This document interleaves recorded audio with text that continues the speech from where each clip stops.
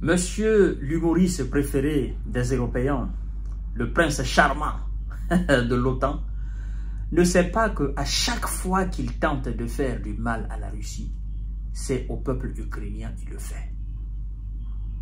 Parce que les gars de l'autre côté, ils sont dans yeux, œil dans œil.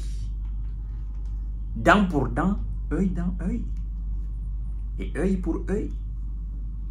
Tu me fais, je réplique.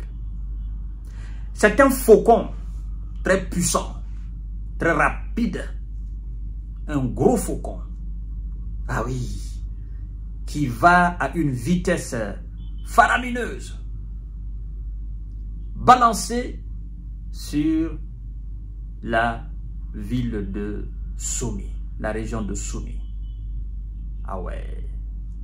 Et on me parle de 28 blessés, mesdames et messieurs. Quand je parle de faucon, sachez tout simplement que je parle de missiles. Missiles. Les Ukrainiens n'ont même pas eu la capacité de déterminer encore le type de missile. Est-ce que c'est un missile Kinjal? Ou c'est un missile Oreshnik? Ou c'est un autre missile?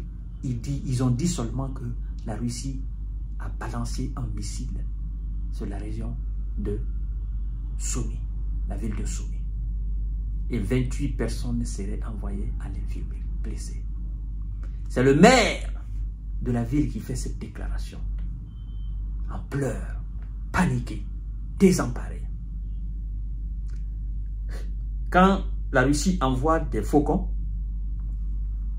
il n'y a pas de système de défense anti-aérien capable d'intercepter les faucons. C'est les drones, souvent on dit on a intercepté 50, on a intercepté 100, les autres là sont perdus. Les faucons ne se perdent pas. Non.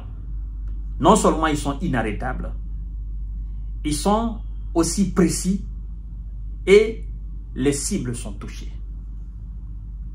La Russie est énervée. Et je vous ai dit, depuis que la situation de la région de Kursk a complètement échappé les hommes de M. Zelensky, qu'ils ont fui de cette région, ils sont retournés dans la région ukrainienne de Soumy. La Russie se dit, vous qui êtes rentrés dans la région de Soumy, qui étiez dans notre région russe de Kursk, nous n'allons pas vous laisser. Vous allez lire l'heure avec nous. Ceux qui vous ont encouragé d'entrer dans notre pays, sur notre territoire, vous allez lire l'heure. Nous allons vous traquer jusqu'à vos derniers retranchements. Nous n'allons pas pardonner cela. On ne parle pas de ceux qui sont à l'est du pays, l'Ukraine, non. On dit, vous qui êtes rentrés sur le territoire russe, dans la région russe de Kursk, vous qui avez commis l'inacceptable, des exactions, là, des crimes horribles dans cette région, nous n'allons pas vous laisser. Donc, la région de Soumy est en train de payer à prix cher l'incursion ukrainienne dans la région russe de Kursk. Et la région de Soumy, finalement, va tomber. Parce que la Russie est dans une logique, comme je vous ai dit hier, ou avant-hier d'ailleurs. Et il faut conquérir la région de Soumy, en faire une zone tampon.